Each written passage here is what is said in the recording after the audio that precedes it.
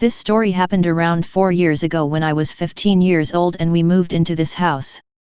Sorry about grammar and stuff, me no good at it.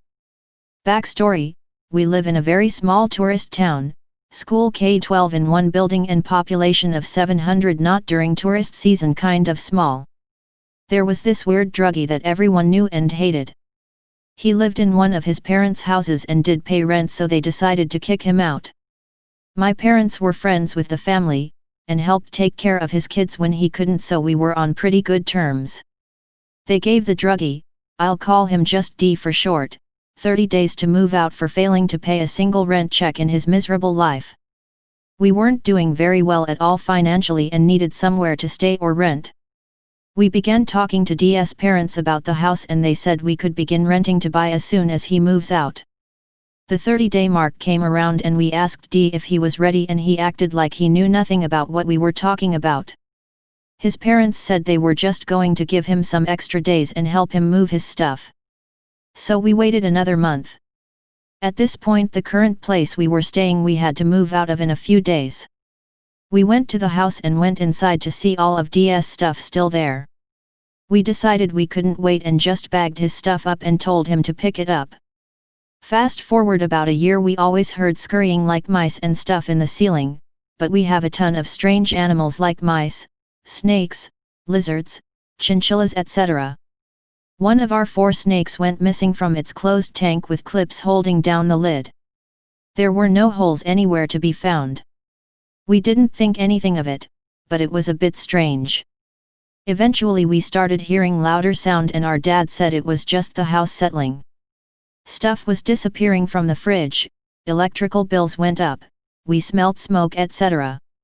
Us kids got blamed for all of it and got our phones and my PC taken away.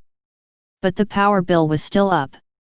And I also got blamed for smoking in the house, which my parents had no reason to believe or prompt this accusation, so I was grounded until graduation.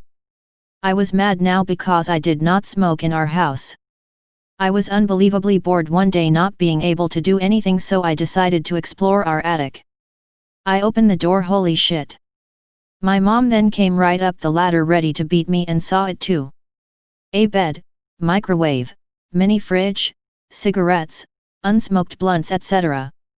Guess who? It's druggie. He then came back that night. Through my little sister's window. He was higher than I have ever seen a person and admitted to a bunch of stuff, and we recorded. He took the snake and let it loose to get rid of the mice. He smoked in our house.